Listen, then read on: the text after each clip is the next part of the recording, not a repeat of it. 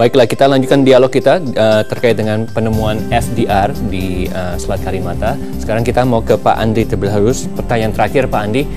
Bagaimana PT DI ini melihat apa yang terjadi pasca kecelakaan pesawat AirAsia KZ8501 dan apa kira-kira rekomendasi atau yang bisa diperbaiki dari penerbangan kita? Baik, begini, mungkin kalau analisa sebagainya saya tidak bisa memberikan.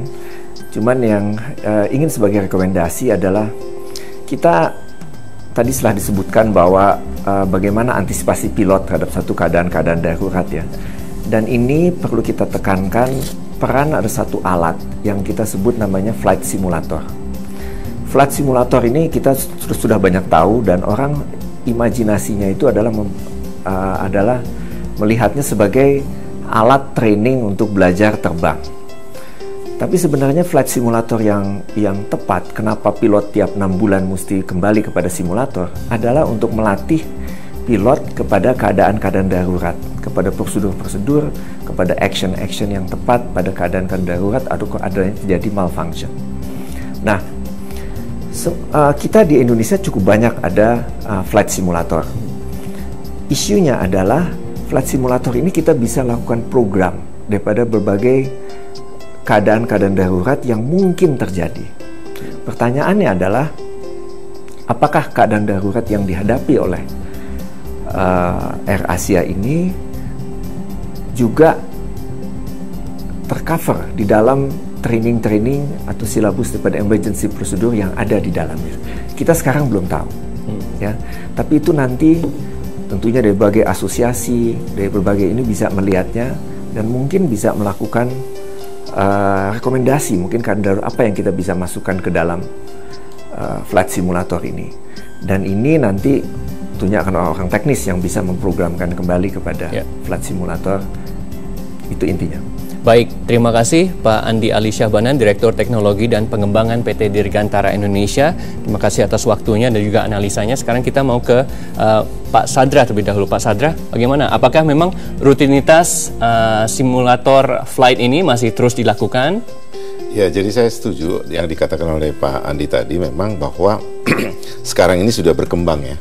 Jadi bukan cuma hanya alat untuk untuk basic training, terus kemudian advanced training, terus kemudian proficiency check yang tiap 6 bulan, terus kemudian standard operating procedures yang sudah baku. Bukan cuma itu aja, tapi sekarang ini sudah dikembangkan namanya kompetensi silabus yang namanya competency based training. Yang juga ada yang bilang pakai nama experience based training. Nah, itu diangkat menjadi silabus. Jadi dari kejadian-kejadian dan pengalaman ini diangkat menjadi silabus untuk menjadi mendapatkan hasil yang lebih optimal lagi. Jadi kita sangat berharap nanti dari safety recommendation yang akan dikeluarkan oleh KNKT itu nanti akan bermuara terhadap perbaikan-perbaikan termasuk silabus. Gitu. Sejauh ini apa rekomendasi dari Asosiasi Pilot untuk para pilot sendiri dalam sebelum menerbangkan ataupun SOP yang harus dijalankan? Ya tentu adalah bahwa kita menekankan kepada teman-teman adalah untuk tetap disiplin. Karena disiplin nomor satu, disiplin terhadap diri sendiri, disiplin untuk melakukan SOP, Standard Operating Procedures, baik pada keadaan yang sangat low workload ya, artinya paling aman gitu, tenang gitu, tetap melakukan SOP. Karena dengan demikian maka SOP ini menjadi our middle name atau menjadi habit kita, jadi a good habit.